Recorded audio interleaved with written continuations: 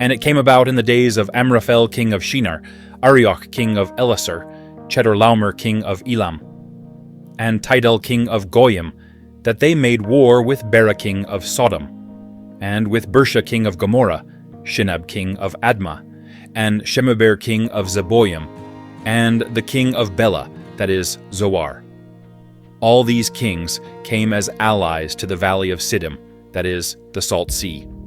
For 12 years they had served Chedorlaomer, but in the 13th year they rebelled. And in the 14th year, Chedorlaomer and the kings who were with him came and defeated the Rephaim in Ashtaroth Karnaim, and the Zuzim in Ham, and the Emim in Shaveh Kiriathaim, and the Horites on their Mount Seir, as far as El Paran, which is by the wilderness.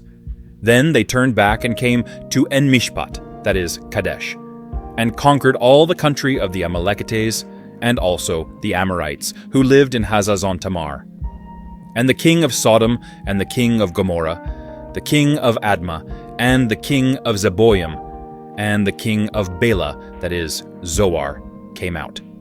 And they lined up for battle against them in the valley of Siddim, against Chedorlaomer king of Elam, Tidal king of Goyim, Amraphel king of Shinar, and Arioch king of Elasar, 4 kings against 5. Now the valley of Siddim was full of tar pits, and the kings of Sodom and Gomorrah fled, and they fell into them.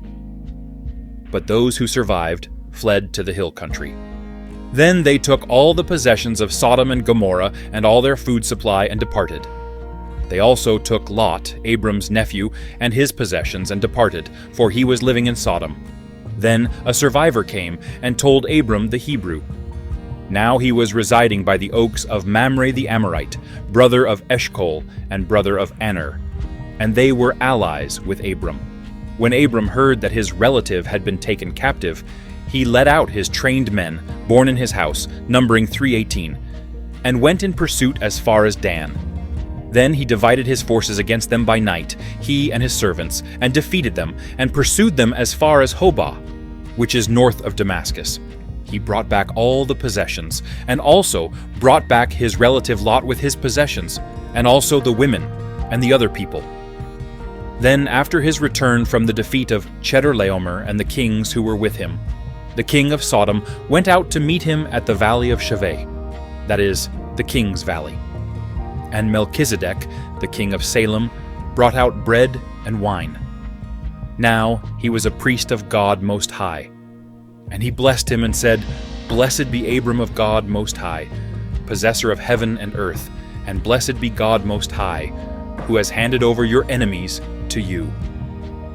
And he gave him 1/10 of everything.